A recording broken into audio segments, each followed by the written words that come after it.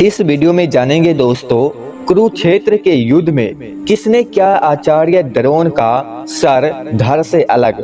आखिर इसके पीछे कहानी क्या है और क्यों आचार्य द्रोण का सर धड़ से अलग कर दिया गया। आखिर इसके पीछे कहानी क्या है, आज इस वीडियो में जानेंगे। तो दोस्तों वीडियो को पूरा एक बार जरूर देख लेना। दोस्तों, महाभारत की कहानियां हम बचपन से सुनते आ रहे हैं। अधिकतर लोगों को पता है कि पांडवों और कौरवों के गुरु द्रोणाचार्य का महाभारत के युद्ध में वध हो गया था। राजा द्रुपद के बेटे धृष्टद्युम्न ने द्रोणाचार्य का सिर धड़ से अलग कर दिया। क्या आपको पता है कि द्रोणाचार्य के वध के पीछे कि सिर्फ युद्ध ही नहीं बल्कि कुछ और भी वजह थी। द्रोणाचार्य ने अपने बचपन के दोस्त द्रुपद से अपमान का बदला लिया था, उसी के चलते उनकी जान गई। तो दोस्तों वीडियो को आगे जरूर देखना। कहते हैं कि द्रोणाचार्य और द्रुपद बचपन के मित्र थे। दोनों ने साथ में शिक्षा ग्रहण की थी। एक बार द्रोणाचार्य की आर्थिक स्थिति बहुत खराब हो गई थी। उनके घर में खाने के लाले पड़ने लगे थे। वे अपनी पत्नी और अपने बच्चे का भरण पोषण नहीं कर पा रहे थे। द्रोणाचार्य स्वाभिमानी थे, लेकिन अपने बच्चे अश्वत्थामा की दरिद्रता उससे सहन नहीं हो पा रही थी। इसलिए उन्होंने अपने बचपन के दोस्त द्रुपद से मदद मांगने की ठानी।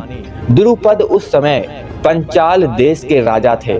उसके बाद दोस्तों द्रोणाचार्य अपने मित्र से मिलने पंचाल देश पहुंच गए। जैसे ही वे महल में पहुंचे तो राजा द्रुपद ने उन्हें पहचानने से इनकार कर दिया। द्रोणाचार्य ने उन्हें बचपन के सारे किस्से बताए। फिर द्रुपद ने कहा कि एक राजा और गरीब ब्राह्मण कभी मित्र नहीं हो सकते। द्रोणाचार्य अपमान का घूंट पीकर वहां से चले गए, मगर उनके मन में बदले का भाव आता रहा।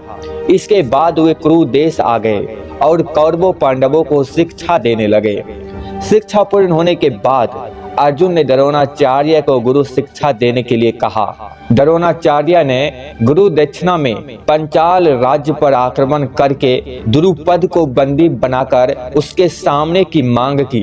अर्जुन ने नेतृत्व में पांडव और कौरवों के पंचाल पर आक्रमण किया और द्रुपद की सेना को हराकर उन्हें बंदी बना लिया गया।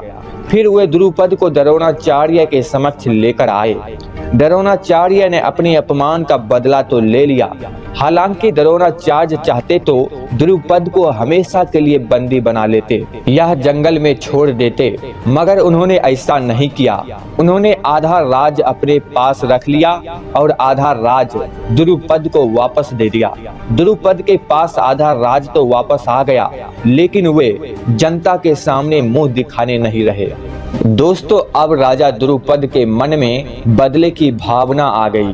द्रोणाचार्य को कुरु राजवंश का समर्थन था, इसलिए वह उनका बाल भी बांका नहीं कर सकते थे। कहते हैं कि द्रोणाचार्य का काट ढूंढने के लिए उन्होंने एक महायज्ञ करवाया। उसी यज्ञ की अग्नि से एक तेजस्वी बालक का जन्म हुआ। उनका नाम धृष्टद्युम्न रखा गया। कहा गया है कि द्रोणाचार्य धृष्टद्युम्न के हाथों ही मारे जाएंगे। महाभारत के युद्ध में द्रोणाचार्य कौरवों की तरफ से लड़े और द्रुपद ने पांडवों का साथ दिया। जब पांडवों ने छल से द्रोणाचार्य को निहत्था बना दिया तो धृष्टद्युम्न ने ही उनका सिर धड़ से अलग कर मृत्यु लोक में पहुंचा दिया। इस तरह धृष्टद्युम्न ने अपने पिता के अपमान का बदला ले लिया। लेकिन युद्ध खत्म होने के बाद द्रोणाचार्य के बेटे अश्वत्थामा ने धृष्टद्युम्न को मौत के घाट उतार दिए।